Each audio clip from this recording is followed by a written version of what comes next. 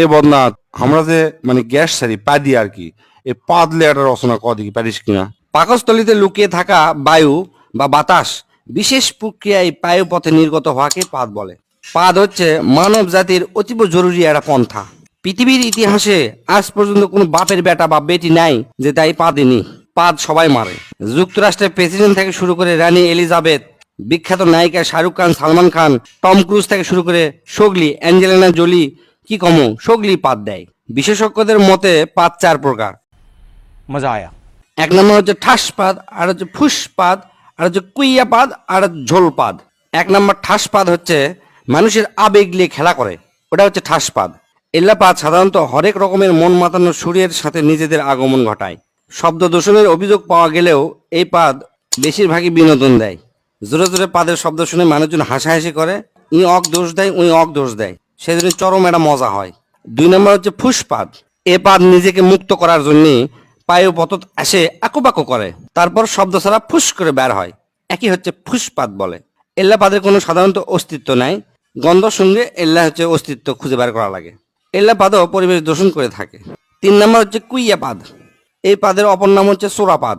মেলাক্ষণ সময় পায়খানা আটকে থাকার পর যে পাদ বের হয় ও কি কয় হচ্ছে যে কুইয়া পাদ। হিরোশিমার থেকেও বেশি ভয়ঙ্কর এই পাদ।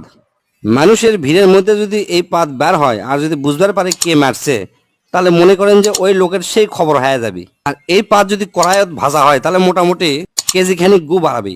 এক কথায় পায়খানার পরিবর্তে এই পাদ মারা হয়, মারলে মিচ্ছানা বেশিক্ষণ টিকে থাকা যায়।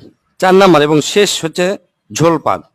সাধারণত মানুষের ডায়রিয়া বা পাতলা পায়খানা হলে এই পাদ হয়। চলাফেরা করার সময় এই পাদ দেওয়া মিচ্ছানা ঝুঁকিপূর্ণ। মিচ্ছানা নয়, ভালোই ঝুঁকিপূর্ণ। রিক্স নিয়ে পুক করে পাদ মারবেন, মনে হবে যে পাদি মারমো, কিন্তু তা নয়, পাদের সাথে ঝোল বের হয়া প্যান্ট ট্যান্ট সব হলুদ হয়ে যাবে। এই পাদের শব্দ সাধারণত ফ্যার ফ্যার ভ্যার ভ্যার। এক কথায় মানব জীবনে পাদের গুরুত্ব অপরিসীম।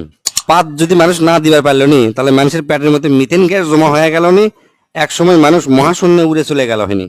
এই পাদের আর একটা সমস্যা আছে, সেটা হচ্ছে কি, পাদ মারলেও বোঝা যায় না যে এর সাথে ঝোল বাড়ালো কিনা। মানুষকে আবার জিজ্ঞেস করা লাগে, আচ্ছা ভাই পাদের কি ঝোল হয়? তাই যদি কয় হ ঝোল হয়, তখন তাই মনে করবি আমি মনে হয় হাগিয়ে ফেলে দিছি। আবার মনে করেন যে হাঁটতে হাঁটতে চিন্তা করছেন যে পিছন দিকে ঠান্ডা লাগিচ্ছে বা প্যান্টটা ভিজে গেছে, তখন মনে করবেন যে এই পাদের থেকে ঝোল বাড়াছে। এই চার প্রকার পাদের মধ্যে প্রথম দুটো একটু আরামদায়ক, মানে দেওয়ার পরে শান্তি পাওয়া যায়, কিন্তু পরের দুটো হচ্ছে যে খুবই সাংঘাতিক।